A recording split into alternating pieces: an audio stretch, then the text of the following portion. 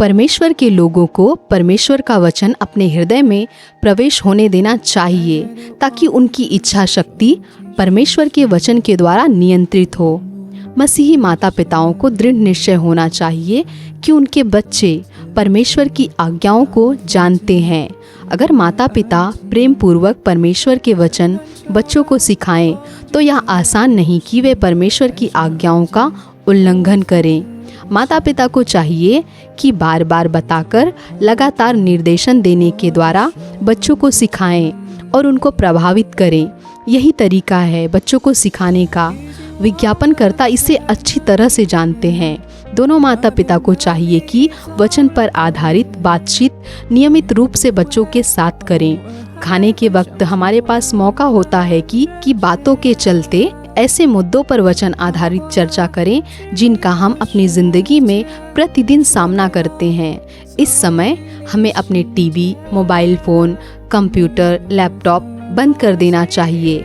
हमारे रोजमर्रे की और परमेश्वर से संबंधित बातों की अनौपचारिक और आनंदमय तरीके से चर्चा करने की आदत को बढ़ावा देना चाहिए। ऐसी बातों का जिक्र यात्रा के दौरान भी कर सकते हैं। यह हमारे मस्तिष्क में प्राथमिकता के साथ पूरे दिन होना चाहिए। जब हम उठते हैं उस समय से बिस्तर पर जाने तक।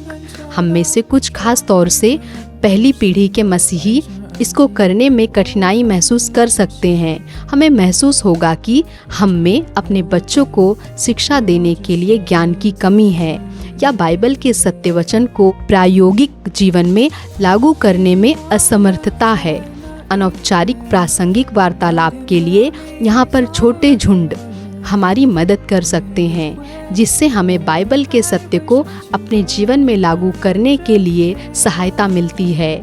इसका तात्पर्य है छोटे झुंड यानी लाइट हाउस में भक्तिमय संदेश के अलावा और भी बातें होनी चाहिए। बातों पर चर्चा करते हुए उसका उपयोग प्रतिदिन के जीवन में बाइबल के सत्य को स्मरण रखने के लिए हम क्रियात्मक दृश्य वस्तुओं का उपयोग कर सकते हैं। इजरायली अपने हाथों पर और सिर पर वचन के बैंड्स बांधते थे और इन्हें अपनी चौखट की बाजुओं पर और दरवाजों पर लिखते थे। इजरायलियों के पड़ोसी भी कुछ दृश्य वस्तुओं का उपयोग किया करते थे, परंतु वे शैतान से और भूत प्रेत से बचाव के लिए थे।